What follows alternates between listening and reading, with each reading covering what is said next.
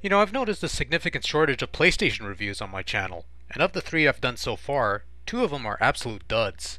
So let's fire up a game that's guaranteed to not be a dud. Tetris Plus.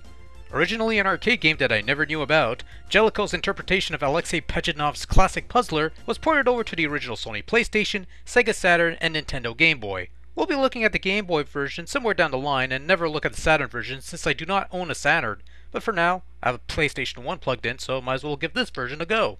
Tetris Plus comprises two main modes of play, Classic Tetris and Puzzle Tetris. Classic Tetris is pretty much what you expect, the traditional style of Tetris play when you clear lines off and try not to overflow the well.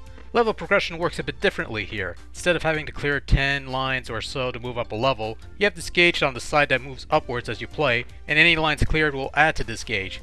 Once the gauge is filled, it empties up and you move up a level, the blocks move a bit faster, the whole cycle starts all over again.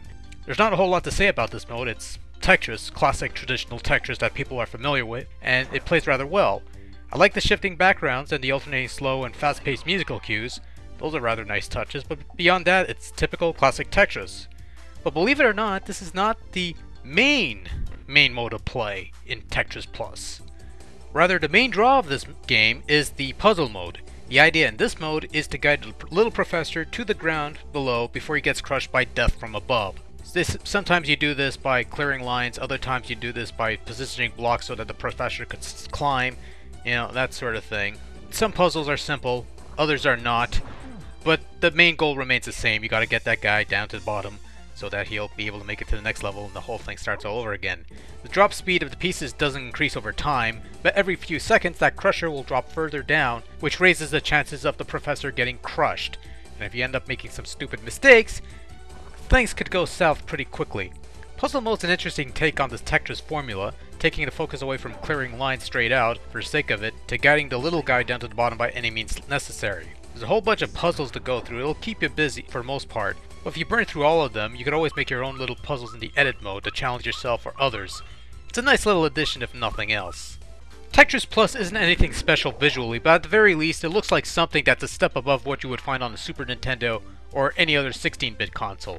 The various intermissions are clean and colorful, the gameplay doesn't look too choppy or anything like that, and really that's all I got. It looks nice, it's colorful, and I also like their attempt at a different theme with Tetris Plus.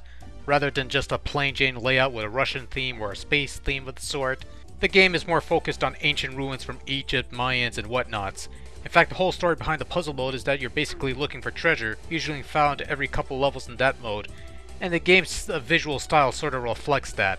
The sound in Tetris Plus, however, is somewhat lacking. The tunes are alright, don't get me wrong, I kinda dig a couple of them, but there's not a whole lot of them. Don't like this tune playing during Classic Tetris? Well, too bad, because that's what you're stuck with. Haha! Also, each of the various nations, level groupings, whatever you want to call them in puzzle mode, have their own tunes. It's a bit of a shame, actually, that there's no option to pick which tunes you get to listen to. Sound effects are competent enough, but the voiceover is excessive and unneeded. I guess with new technology they had to try something. To be fair, the voiceover sounds clear, but just unwanted and unnecessary. Oh well. For what it's worth, Tetris Plus is a nice little addition to, it's a nice little iteration of Tetris on the PlayStation.